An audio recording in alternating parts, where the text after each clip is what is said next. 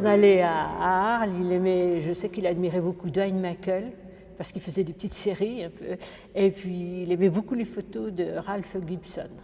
Je pense qu'il a commencé à faire des photos très jeune. C'était quelqu'un de très compliqué. C'est-à-dire, il faisait des images un peu torturées. Enfin, moi, je l'ai connu très tôt, je l'ai connu en 71. Et donc, à l'époque, il faisait des drôles de photos. Enfin, par exemple, il se mettait au bord d'une dune dans la Manche en prenant deux mains. Donc, on voyait que les mains comme ça, qui apparaissaient au-dessus de la dune. Il photographiait des choux au clair de lune.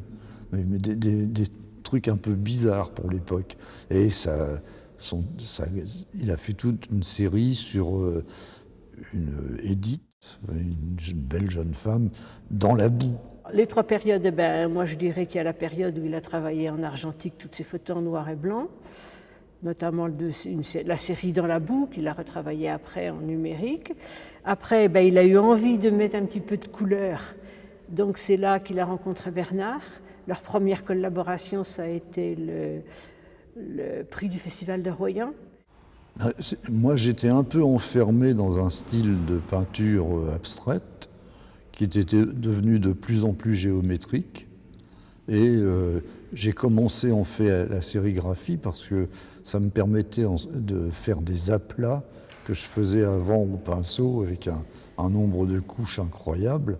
Et là, du premier coup, j'avais un bel aplat rouge. Donc la sérigraphie, c'était ça.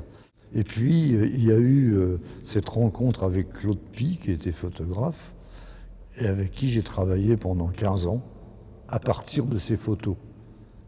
Et ça a totalement changé mon esthétique, en fait. J'ai plus jamais fait de sérigraphie abstraite. C'est comme les gens qui font des BD. C'est-à-dire, Claude, il faisait le dessin et moi, je coloriais. Enfin, j'exagère un peu, mais c'était ça. Et puis après, il a découvert la photo numérique, la façon de mettre lui-même de la couleur, de faire plein de compositions, des petits montages et tout ça. Mais quand il a commencé la photo numérique, il a commencé par reprendre toutes ses anciennes photos en argentique. Il les a retravaillées différemment, puisqu'il disait qu'il y avait beaucoup plus de facilité en numérique qu'en argentique. Et puis d'abord en noir et blanc, et après il a mis de la couleur dans ses travaux. Pendant toute une période, il travaillait, c'était faire. Et exposer, ce n'était pas son objectif premier. Écoute, moi je crois que c'est Jean-Marc qui a dû lui demander de venir assister à une réunion. Puis certainement qu'il y a d'autres gens qui ont peut-être proposé aussi en même temps, quoi. Mais moi j'ai surtout vu Jean-Marc, quoi. Venir lui dire qu'il devrait venir avec nous à Surface Sensible.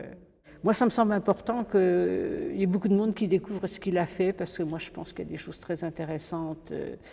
Il y a par exemple toute la série à partir de photos sur plaques de verre d'athlètes qu'on a trouvées. On s'est aperçu que ce gymnase des années 20, qui faisait travailler les gens, c'était vraiment presque arrivé au nazisme, c'était la pureté du corps et les autres. Et il y a assemblé plein de textes. Alors ça n'a presque pas été montré. Pour moi, c'est un travail très très important. Il a fait tout un travail là-dessus. Voilà.